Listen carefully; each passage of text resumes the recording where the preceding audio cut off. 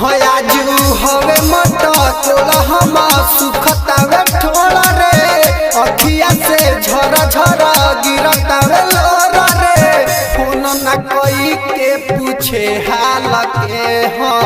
Phone न कोई के पूछे हाल के काल्हे आवता बारात हमारा माल के काल्हे आवता बारात हमारा माल के आजू हवे मट तोला हम सुखतावे ठोला रे अखिया से झर झर गिरतावे लोर रे फोन न कोई के पूछे हाल के फोन न कोई के पूछे हाल के काल्हे आवता बारात हमारा माल के काल्हे आवता बारात हमारा माल के हमारा माल के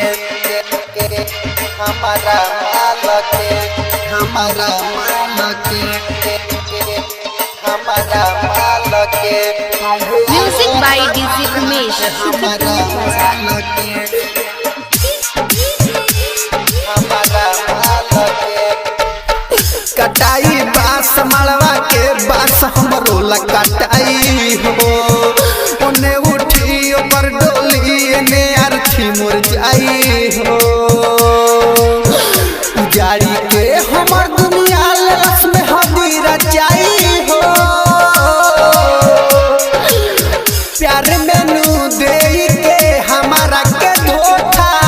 दिलावा के कोई देलस हमारा नु खोखा कफन बनाइबे उनका रुमाल के कफन बनाइबे उनका रुमाल के काल्हे आवता बारात हमारा माल के काल्हे आवता बारात हमारा माल के काल्हे आवता बारात हमारा माल के हमारा माल के हमारा माल के हमारा माल के music by DJ Umesh Shukipur बाजार काल्हे आवता बारात हमारा माल के सुनो दीपक के उजैन मुन्नाओ के भूल न पाई बहो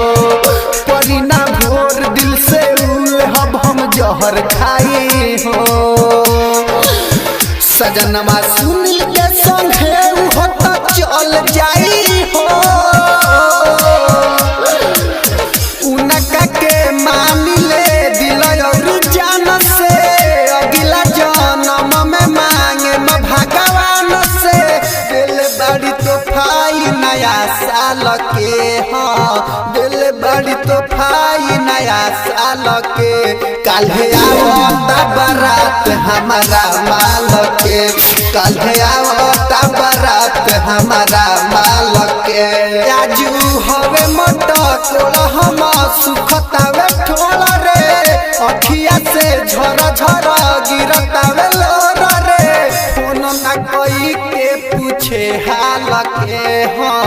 फोन न कोई के पूछे हाल के काल्हे आवता बारात हमारा माल के काल्हे आवता बारात हमारा माल के।